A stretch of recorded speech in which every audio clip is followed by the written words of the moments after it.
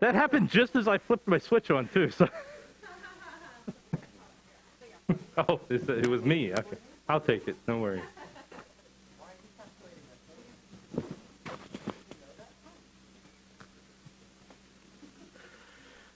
Good evening. If you're joining us on the live stream, welcome to Apologetics Wednesday. No, the reason why I was asking how old I was is because, hey, she's always known how old I am. I've never known you to have to think about it too much. So that's why I asked her. But no, that line that all my life you have been faithful is always real significant for me because I've only spent half my life as a believer. Wow. But my entire life, he was faithful to me. Yeah. Wow. So. Wow. And that's it. I'm done. I think we can level on that because I don't know if it's going to go up from here. So, welcome we up? No. Oh, there we go. We're there. Okay. So we are still in our proofs of God, correct? Absolutely. Now we're getting down to the final proof on our list today. That's going to be the moral argument, and I'm not going to tell you it's going to be the easiest or your favorite argument, but I think in many ways it can be the most impactful to the way people actually live their lives. It can be pretty intense. So let's, as I do when we switch arguments, I like to go through kind of where we're at. So we did our first argument was the ontological argument, that philosophical reasoning, where basically the construct was that since God is the greatest thing that we can imagine, the greatest thing that we can think of, and that existence is inherently greater than non-existence, therefore God does exist. Okay? That's the 30-second version of that whole spiel. Now, so the cosmological argument, that's how the universe began. You know, whatever begins to exist has a cause. The universe began to exist. Therefore, the universe has a cause.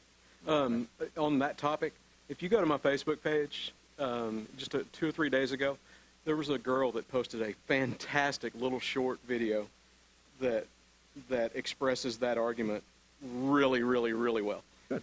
Young girl, college girl. Awesome. It's fantastic. So go check that out. Good. And then we came across the Anthropic Argument. So that was the design of the universe to support life, that every design has a designer. We call this the pocket watch argument. So if you found a pocket watch on the beach, you wouldn't just assume that it spontaneously came into existence there, just because it was a complicated device, that it does in fact have a designer. So why would you apply that same logic flaw to something as complicated as life? So the universe has a complex design, therefore the universe and life has a designer. The teleological argument is basically the same thing. Like I said, life. Life is highly complex, life has a designer. There we go. Now, gets us down to the moral argument being the moral law. Okay, so the moral law, in case you haven't noticed, I have this theme of like 3 steps for most of them. So number 1 being every law has a lawgiver. There is an objective moral law, and therefore there is an objective moral lawgiver. Okay? Now, moral being defined as, we're just going to take the dictionary definition of moral here. Okay? Concerned with the principles of right and wrong behavior and the goodness or badness of human character. That seems like a fairly good definition to me. I didn't feel like you need to modify it. That's just your classic Webster's dictionary there. So. Absolutely. Yeah. Yeah. Like everybody understands what that means. Yeah. They may disagree on some of the finer points. The general finer points. But everybody understands that. Mm-hmm. It's good or bad. Well, this is actually a much older argument. This was an argument that all the ancient philosophers really spent a lot of time dwelling on. So this is a very old. There's a lot of literature on this one, and it's pretty deep. And if you're not careful, it'll warp your brain in such a way that you're incapable of conversing with human beings anymore. Yes, we very careful how far down this rabbit hole you go. Not what we're going for. No, we're pro conversation. First thing we need to get a few basic terms down. And what I'm going to do is, I don't want to go all the way into this argument tonight. I want to actually split it into 2 or 3 nights, because this can be an awful lot to chew on. And I think if we jam it in too fast, we'll all get heartburn. I want to take it kind of nice and slow here and feed it to us a little bit at a time. So let's look at values versus duties. Okay?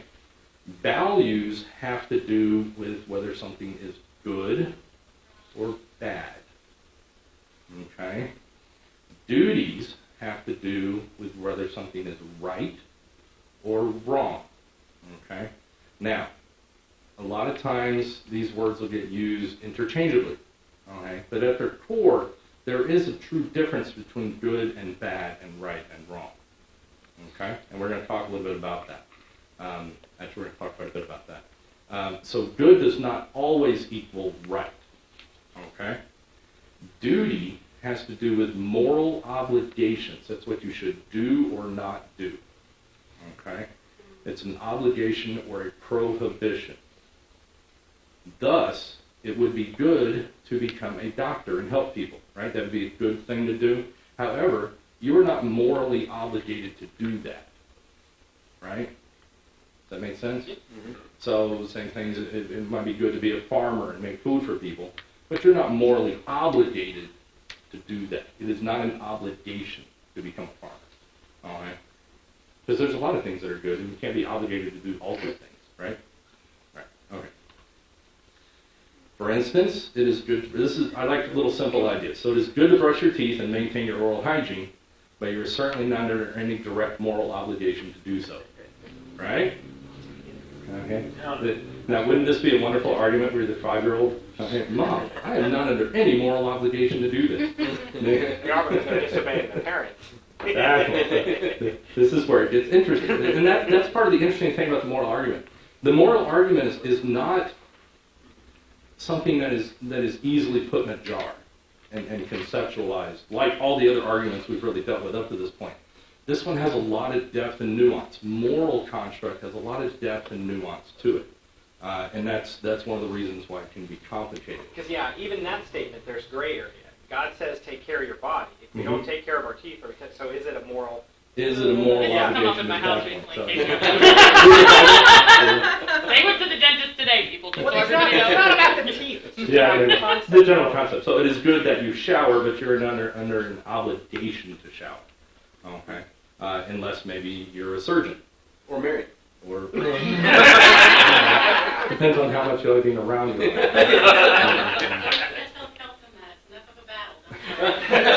Teenage boys. This is a very common argument from. You know something interesting? Like when you're talking about the definition, and we all agree that that's a good definition just from Webster's. We'll always like to see what the Strong's definition of something like that is. Yeah. And we were just talking about how the word moral can be so wide and so subjective. Guess how many times the word moral shows up in the King James? None. Not one. God, stay away from that word. No, he uses a lot. Well, it's interesting to... Well, he used he used specific things that we would bring under the umbrella of moral. Yeah. But he didn't have a general characterization of moral. Yeah. Interesting.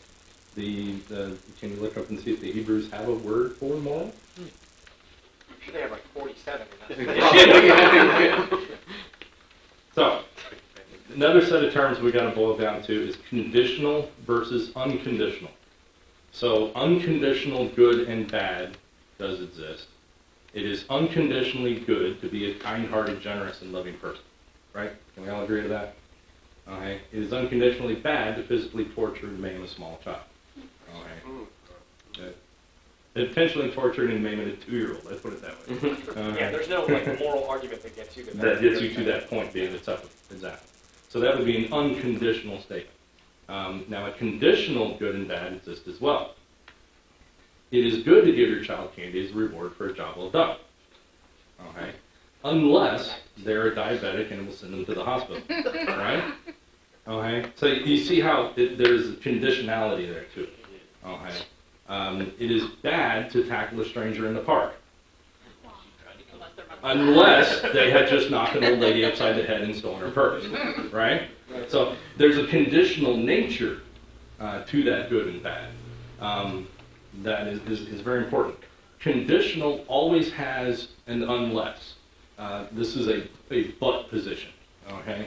So that would not only be bad, but, this was the reason for the context that made it good.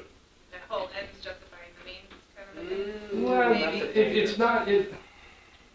So, we have to be very careful not to drive this all the way to its extremes. You can get there with this construct of the ends justify the means, but if the ends justify the means in this case, okay, so the ends were to stop the person that had accosted this woman, and your means was to tackle them, that's fine, okay? If your means was to go steal a bus and run them down in the middle of the street, that would not be fine, right? So But that's where you get, that's the slippery slope that leads to. you have to be a little careful with how far you drive this either way. This is a very analog argument, okay? A digital argument is 1 or 0. It has a yes and a no. Whereas a moral construct does have, in its nature, a very analog. There's degrees of things. Right, because the easy conversation for that is the trolley problem. Like, which one is more good? Well, there's a whole mess of answers for, the same idea. Like, what's better? So an unconditional good or bad never has an unless. Okay, it's just unconditionally bad no matter what. Now, the terms objective versus subjective. Okay? Subjective is dependent on people's opinions. Okay? It is subjective whether or not pop music is good. Right? Because, most of us over the age of 30 think current pop music is pretty terrible. And most of the people under the age of 25 think current pop music is pretty cool.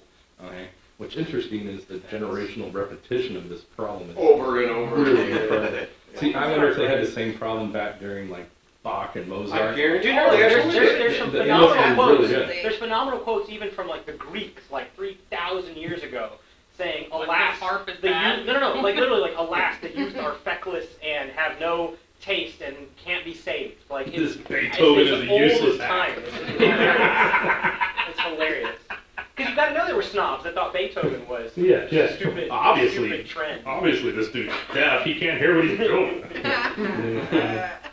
So, it is subjective whether or not explodium is a word. Okay? That is subjective. It is subjective. Isn't it? So, do you know what the word explodium means? Something that explodes easily. Something that material gets to that the question explodes of easily. who defines what is and isn't. This is interesting. The reason why I include this is because this kind of shows the depth of subjective nature, okay? Because we tend to think of the Webster's Dictionary as an objective source of knowledge of what a word is, right? But it's not. It is truly a subjective system because they select what words to put in and they select what words to take out, okay? So the English language is subjective in the words that we use. And what we consider to be a good or bad word. Exactly. That's a whole nother argument. and I actually dearly love a great deal of that argument, but we can't get into that now. It's going to really throw us down a rabbit trail. Words are subjectively good or bad. But the interesting aspect of that is there an objective duty to use good words versus bad. Then how do you decide? Exactly. And Jesus specifically references our duty about our Hey, we weren't going down this rabbit hole. We did. We are not down this rabbit hole. We are It's not backing hard to out. get him down there. My brain! So, objective. What about, Oh. as far as a meaning of the dictionary, what if it contradicts what the Hebrew or Greek meaning of a word is? The meaning of words change over time. Genuinely does. Dictionary is really a cultural mirror. It is. Oh, it's- So it's- a lot of language is contextually based on the current environment you're living in. All right? There are words that were used in the 1800s that do not exist now. Not because of bad words, it's because we don't contextually have any use for those words. Yeah, there's some in the King James Version of the Bible. Yeah, there's some of the King James Version. So, now, restate your question one more time, because I want to be sure we don't miss the nuance there. A word in the dictionary contradicts what the Hebrew or Greek word meaning of the word is. So, the interesting construct there is, are you saying that our definition of the words in the English dictionary is a different definition than the definition of the word in the Hebrew? Right. Sometimes. Sometimes it is. It's not really a problem. Yeah, sometimes. I mean, it is the nature of language as a shifting construct. Whether or not that's a good thing is arguable. It's unavoidable. Because even in the Hebrew language, the construct of the meanings of words changes over time. If you go back and study Hebrew and the developments of the jots and tittles, because that didn't start with Hebrew. When Hebrew started, it didn't have any vowels or jots or tittles, right? So they added that over time to allow for fundamentally better expression of nuance, okay, in the written version of the language. So it would be hard to say that that is not also what's happening when a different language takes a word and uses it in different contexts. Right, I mean, sometimes I'm doing a word study, and wait a minute, I want to simplify this a little bit, and I'll look at it in the Oxford Dictionary, I'm like, wow, yeah. Now, what we need to do there is we need to use the context of the document you're working on. So you're working on the Bible. So we need to go to the Hebrew context or the Greek context for that. Okay. Now, what's interesting is when you also need to make sure that you're using a good reference to the Hebrew language that isn't going to put you down a road that is a current use of that word, which may be different from the biblical use of that word. Yeah, I get that. I just, and I'm sorry I didn't have an example. Oh, that's I learned over time that it just... Well, it's not an example of even the culture redefining a word, but love is the greatest example of that. With all the different meanings. There's just so many different meanings that English translates as love. Right. You cannot understand what a passage of the Bible means when it says love out using the dictionary. Right. Because the dictionary has cultural references and it has very specific different meanings in Scripture.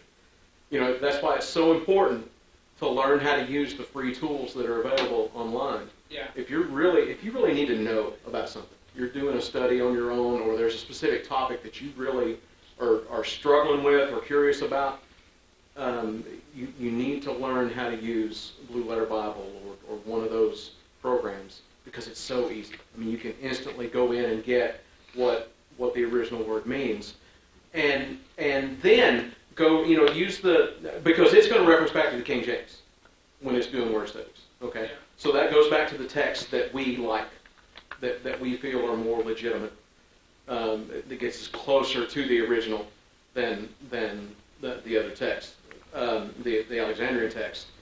But what you can do is study and find the meaning of it there.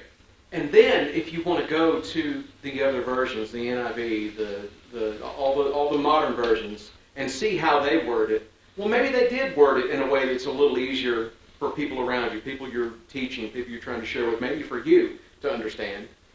And the way they did it actually lines up with the right definition. Right. But start with the right definition and work your way down the hill.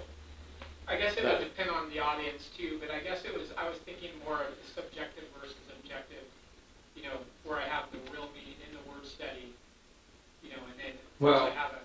So, am I making any sense at all? Well, keep in mind... Okay. Sorry, I don't mean to... No, you warped his brain. No, I'm trying to come up with words that aren't going to just...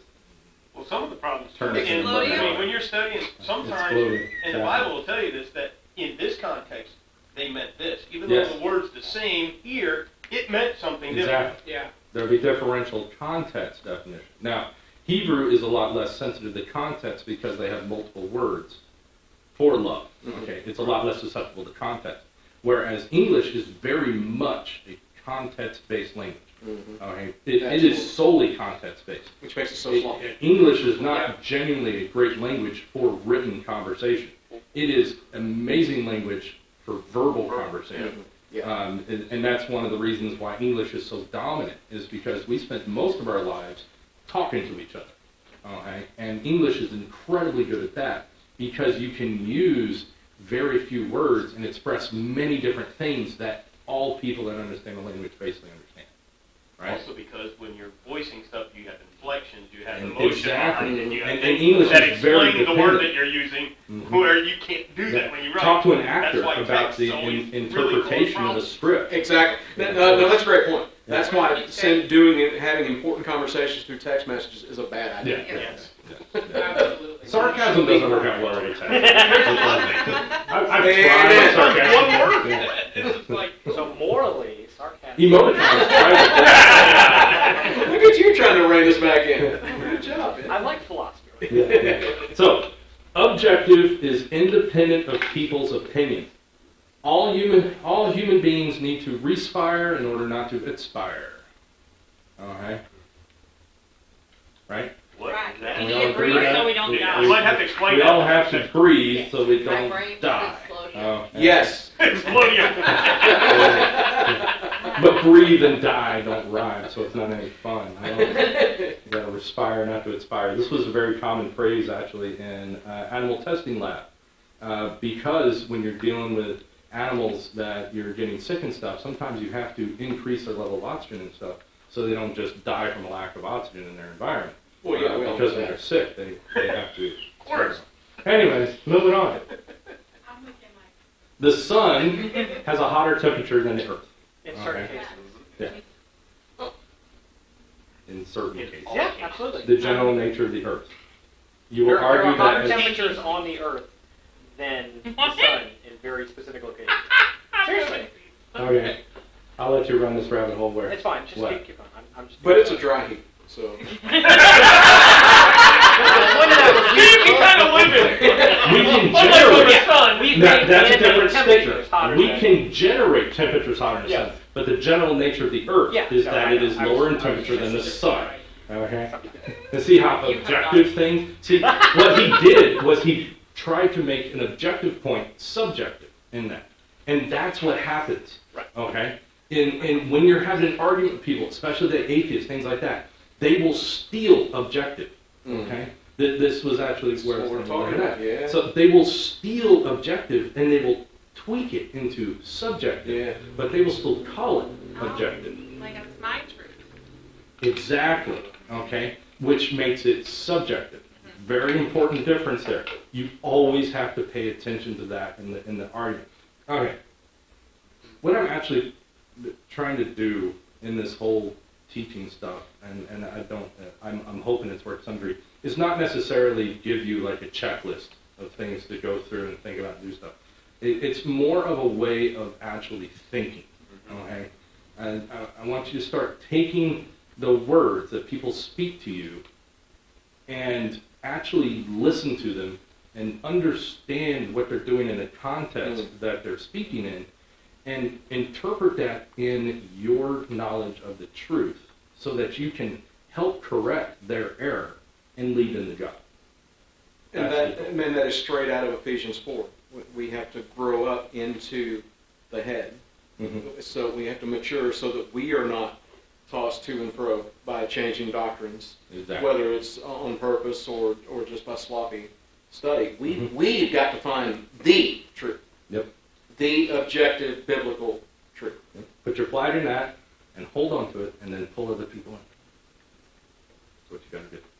So, now the interesting thing, like I said, morals are complicated. Some things fall into both categories based on degrees, okay?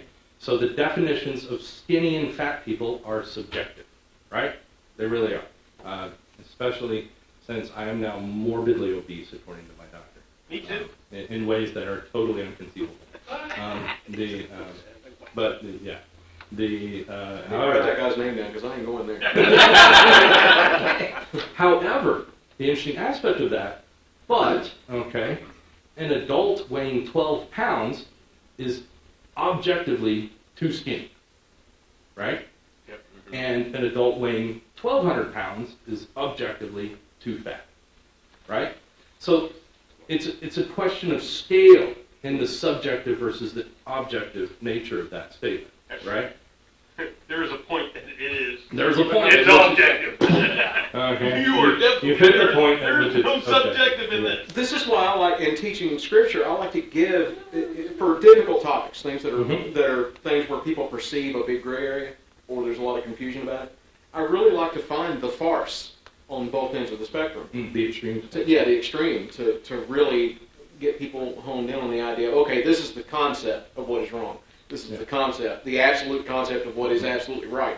Now let's work. This is the gray area in the middle. Yeah, now let's work towards the middle of that gray area and start defining stuff. You know. And to Merida's point, that's why we have to be careful in how far we drive the argument one direction or the other in this analog argument. So.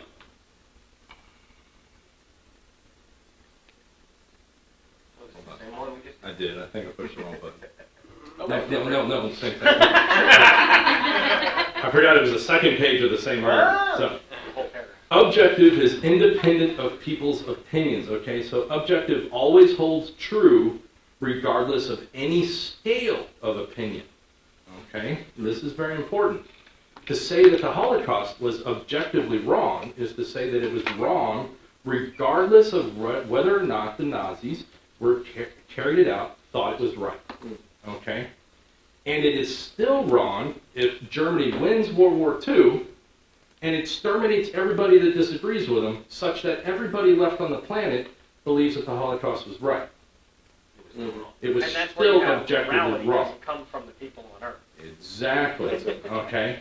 This is the Holocaust is a very good crux point because pretty much everybody is aware of the construct there. They might have a different fact set they reference sometimes about it, but when you actually take pictures that the soldiers took going into the camps and stuff, it is almost, I would say, virtually impossible for anybody to say that is subjectively wrong. Yeah, that's right. All right. That's a pretty much a point that everybody can say you're correct. That is objectively wrong. Okay. Now, but what this also means is that persistence and scale of opinion does not make objectively wrong things right. Okay. So whether or not gay marriage is popular or accepted in society does not inherently make it right. Okay? If it's an objective issue. Now, if it's a subjective issue, right, it can be. Okay? So, whether or not eating beef can be a subjective social construct issue. There are cultures that don't eat beef, right? And for reasons, cows must be holy, I don't know. Anyway, but that is a subjective overlay of their moral construct on that. It is not an objective one. Okay? That's what I love about when Paul was talking about that specifically. Eat meat or don't eat meat. That is subjective. But there is an objective truth behind that. Are you trying to give glory to God in your decision making on that? Exactly. So what is your motivation in your construct? Now, consider two premises. One, if God does not exist, then objective moral values or duties do not exist. Okay, this is where we're going to spend the rest of our time today, all 10 minutes. Mm-hmm. That's exactly what Mike and that's what Ben said. Mm-hmm. Basically, exactly. We're not. It's not what ours is. Yeah. It's what God sees. Second premise being, if objective moral values do exist, then God does exist. Yeah. Okay. Has to. Exactly. Now, we'll focus on premise one, like I said. So there's the bulk of atheism is a derivative of naturalism. Okay, it's the atheistic view that science and science alone determines what exists. Okay, basically, what exists. Why do I write the way I talk? You can tell it's 1 o'clock in the morning when I'm hammering this out. Something like that. It's only subjectively wrong. Yeah. So what exists in the world is what is that which is required for our best scientific theories. If it's not required, it does not exist. Okay. Now, I know this sounds it's purely really observational. wonky. Yeah. It's just whatever So the distinct problem with moral ethics is derived from this because moral values are never required by science because science is inherently morally neutral. Okay? Because morals don't exist in a physical construct. Okay? You can't put a moral in a test tube and pour acetic acid over it, right? Okay? So inherently, science can't speak to the moral nature of things. Now, moral values do not really exist, but are rather a subjective illusion of human construct. Human beings are products of natural selection. So, this is actually a philosophy I spent some time espousing, that inherently religion is a necessary crutch for the masses that allows the dominant power structure to keep them in line. This is the way, as an atheist, I viewed the construct of religion. Religion was a good thing because it duped these people into being what they needed to be, which was basically a servient source to the power structure. Okay, it's a very Machiavellian concept. Now, on the atheistic side, human beings are just animals, and animals do not have moral obligations, okay? But rather have evolved an illusion of morality that is conducive to the survival of our species. So basically, from an atheist viewpoint, everything has to be subjective in that the only reason we agree that we shouldn't kill each other is because if we killed each other, we wouldn't be around anymore, okay? Right. It's all biological, essentially. Plus, they would argue that there's some sort of biological drive that seats us to reach this neutral point. The problem with that is inherently it's antithetical to the construct of evolution, okay? Because evolution requires that the inherent survival of the fittest. Your fitness level is your ability to reproduce, okay? It's the only thing that matters in the system. So if you if you are the alpha male, and we see this in almost all other animal societies that have like an alpha male or alpha female structure, the alpha male is the one that procreates, right? Unless something else can kind of rob its way in there and make stuff happen. So thus, they believe that it is simply a construct of illusion that we have a moral sense at all. If you're an atheist, inherently human beings have no moral value, okay, in reality. They're really important. Now, what's interesting about this is what's really the crux of this. There are very, very, very few atheists that are willing to go down this particular rabbit hole. Yeah. Okay? It's a good question to ask. The only one you'll really run into nowadays is probably Richard Dawkins. Okay? But Nietzsche, nihilism is based on this construct. So inherently, most people want to agree with the first construct here in that they want to believe that there are objective moral laws. Okay, that there is an objective system that has developed. So they want to push away from this subjective construct because it inherently feels really wrong, right? And that's how you justify all manner of, like anything you want, you can justify. If a being doesn't have an inherent moral value, then do whatever you want. Well, and I tend to think of it this way. So if you are going to subjugate a people, okay, or if you're going to move into a territory and commit genocide or something like that, what you primarily have to do first is dehumanize the people that you want to remove, right? Saw that with slavery. We see that with abortion. We saw that. You with have to Holocaust. remove the humanity and lower them down to this animal level. Now, what's interesting about that is that forces an objective sense of morals, because you can't commit the genocide if they're fully fledged people just like you, right? Absolutely. In and of itself. So the act of the evil is the reduction of their humanity such that you can justify whatever it is you want to do. But that in and of itself is a platform of objective morality being applied to that. That's really interesting. Because they don't argue that it doesn't matter if it's a baby, you can just kill it, nothing matters. They argue that it's not a baby. Right. Exactly. Well, they argue that it's a right. It's not a person. They argue that it's just cells.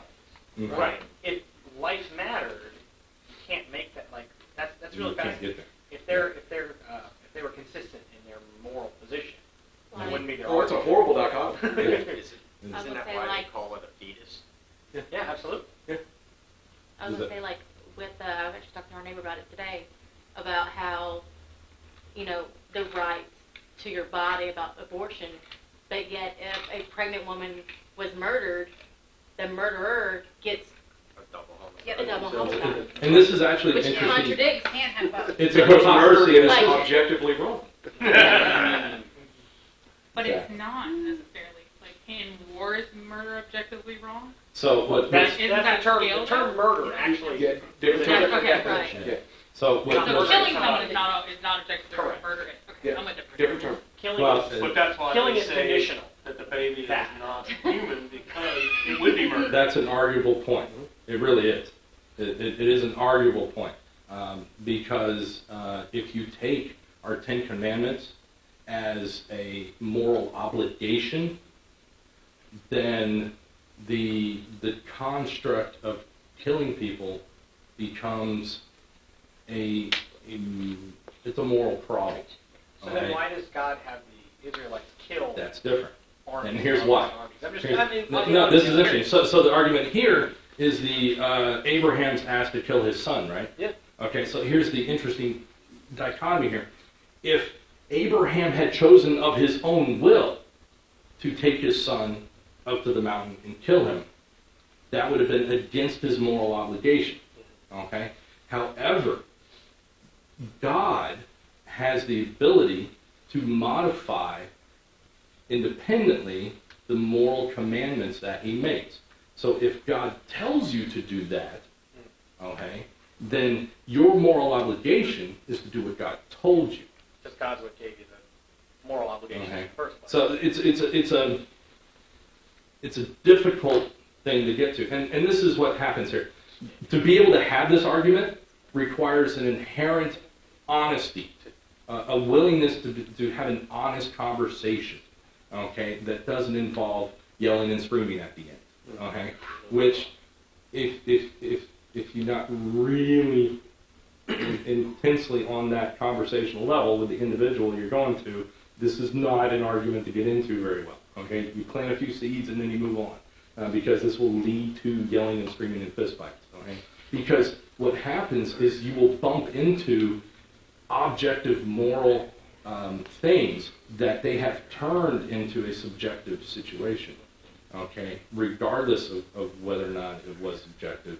And then they will inherently disagree with you with every fiber of their being, because that creates a moral dilemma in them. And usually the quickest way to drive people insane is to create a moral dilemma in them. Okay? Nietzsche actually suffered insanity at the end of his life. And many philosophers believe that it's because he developed a moral dilemma internally that no longer allowed him to function as a human being. Because he preached nihilism effectively, but he couldn't live it out.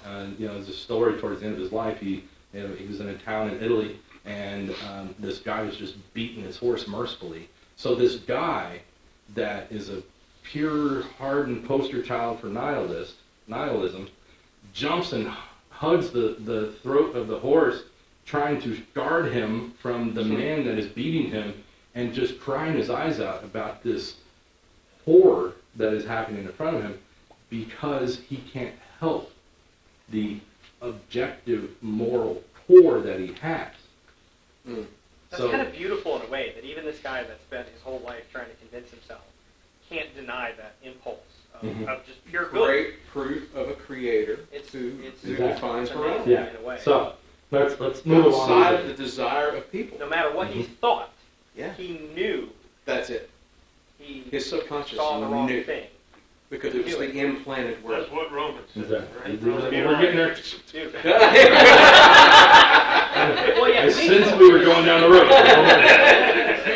In the absence of God, life is of no value, no meaning, no purpose, and everything is relative and subjective. Everything is thus relative to society and culture. If God does not exist, then our sense of moral duties are subjective. And if this contract, offenses like rape have become socially taboo as not being conducive to the advancement of society, like we talked about. But this does not imply that these actions are objectively wrong, but are rather subjective. Because in an atheist system, rape occurs all the time in observable animal populations. Okay? Thus, in this perspective, if a pedophile rapes and kills a young child, then what they have done is not actually morally, objectively wrong, but rather socially unacceptable. Right? But go ask somebody, is it morally wrong? Yeah. So, thus, premise one being that in the absence of God, a moral lawgiver, the objective moral values and duties do not exist.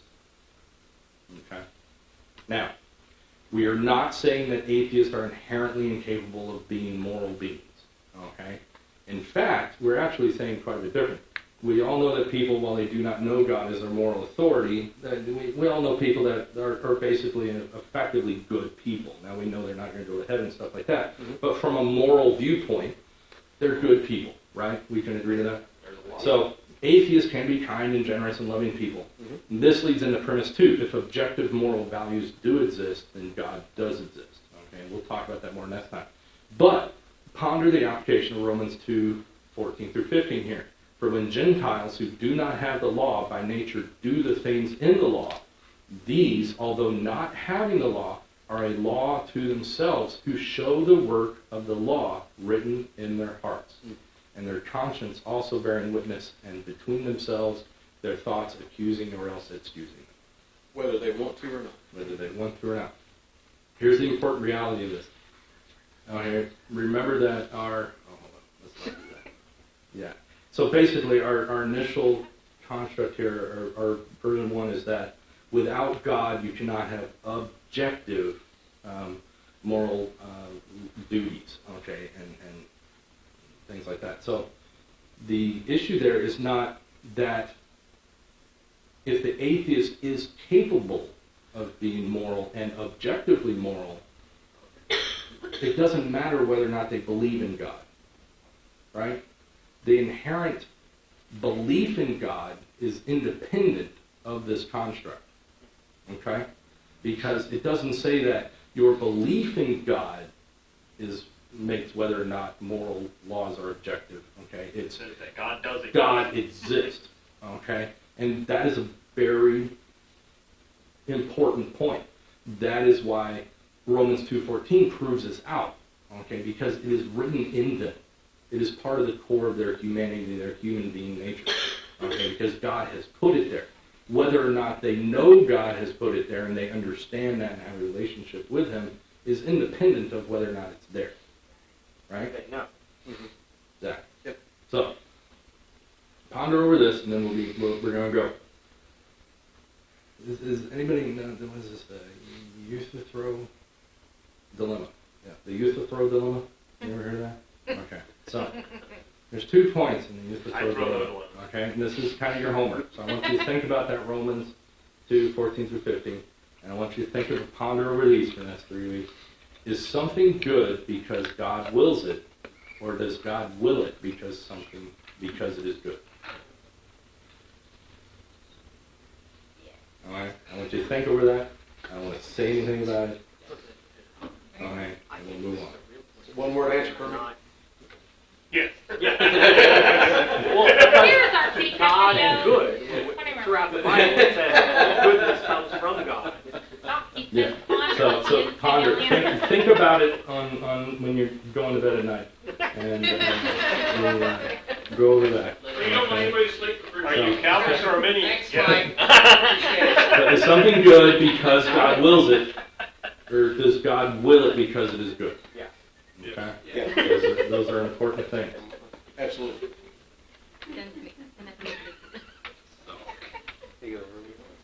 Not sure that's a difference. That's what I've got, and then we'll go over the second next time. We'll talk about that, and as we get into next time, and then we'll go over that second construct we talked about. Okay, sounds good. I love it. What I love about what we kind of came around to, and I don't know if this was on purpose from your end or not, was the actual thought process of the atheist who believes there is no literal, from on high, objective good, objective right, objective moral, still understands it. Exactly. Still comes around it. When they have to make a literal decision on their own, they still come to that. What happens is a lot of people actually agree with both of the premises, just independent. They don't tie them together. And I have listened to arguments with people where the person will agree with premise 1 and denounce premise 2, and then in the next 5 minutes they will agree with premise 2 and denounce premise 1, and they just cycle back and forth, and they go this way and then they denounce this one, then they go this way and then denounce this one, and it develops this hypocrisy in their mind that eventually they come to the point of, what am I doing? This is just stupid, which is where the point of the argument is. And we have to be careful not to try and force them to that breaking point. Yeah. Because if we back them into a corner, they will take a stand and stop thinking altogether. They will just take the stand. This is very much a seed planting construct. This is not a sit down in 5 minutes over lunch, conversation. This is over the course of a couple months, we might get there. A little bit here, a little bit there, a little bit here, a little bit there. Kind of like here. Yeah, exactly. It's going to take you a few months to get through this, I'm afraid. I think so too. All right. Well, wonderful stuff. Look forward to more of it next time. We're about to pray out, but if you're watching us online and have the link to the Zoom meeting, you can join us for the prayer meeting. If not, we will see you Sunday morning. Let's be thankful that we have a God who has a moral law, Amen. Who has it all defined, and all we have to do is look into the Word and see what it is. When I went to the Word and tried to find moral, it wasn't there. But when I searched it in a topical search website, it took me to Isaiah. Woe to those that call good evil and evil good. The Bible takes morality and breaks it down to good and evil. Yep. Because that's really what it comes down to.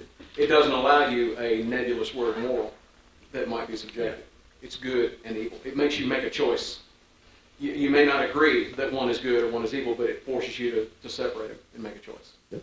I love it. I love it. Lord, thank you so much for tonight. Thank you for Mike and the brilliant mind that you gave him and the ability that you've given him to teach these things to us. I pray that this has been an equipping thing for us tonight. I pray that we take something from here that we can start a conversation with somebody and smile and show them how wrong their logic is, show them how they don't even agree with their stated position. Lord, this is something you can do through the power of the Holy Spirit. I pray that you would give us opportunities to take this information and use it for your glory. I pray that you would help us to retain this, all of these things that Mike has been talking about these many months. These are important things that we need to be using to reach out to people who are lost and dying and going to hell.